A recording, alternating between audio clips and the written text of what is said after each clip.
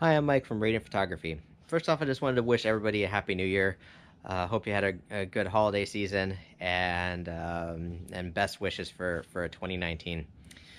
Uh, this holiday season, actually, I'm in California visiting family, and usually when I travel, I try to take a I don't know, maybe two or three different lenses and a camera, maybe a backup camera just in case the one breaks.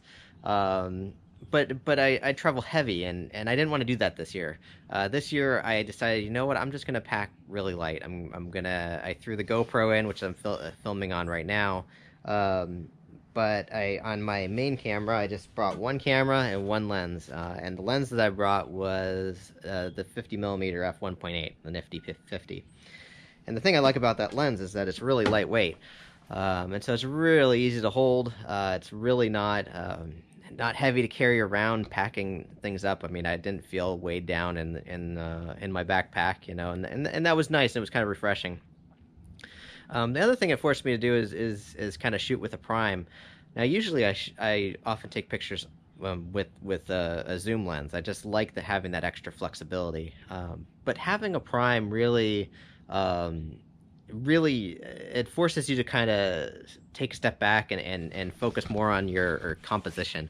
Um, and so that part, I really kind of liked how when I was here, it just it made me kind of be more like explore the photography more to kind of explore different angles, and it just kind of forced me to move around a little bit more, and I really like that.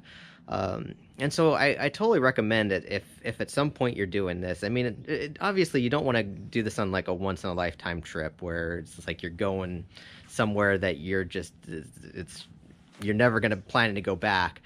In those kind of situations, I would say, you know what, take a zoom, take a general purpose zoom at least, something like 24 to 70, 24 to 105. And then, I mean, if you have something specific in mind, like if you're going someplace that has wildlife, then by all means take your telephoto and everything else. But I'm not talking about that. I'm talking about more if you're out for the day, if you're at a place that it's something where you're always going to be there, or it's not like you're not gonna like you're there often. Um, and stuff. And one thing, I mean, I visit my family a lot in California, so it's something that I've been here several times, and so it's not a once in a lifetime trip for me. Force yourself to take just a small lens, or take a small prime, or just force yourself to use a lens that you don't usually use. Maybe you want to do everything in ultra wide. So take a 16 to 35 with you or something, or maybe you do want that to force yourself to see more in the telephoto. And so take a 70 to 200. That's a little bit more difficult when you're traveling because then you're carrying all that extra weight. But regardless, I mean, I guess my point is that it's really fun to give yourself a restriction in your photography, because it really kind of makes you stop and think differently, like about what you're doing, and to get out of, if you're like in a photography rut or something. This is a really good way to get around that. And so yeah, I really enjoyed having the 50 with me.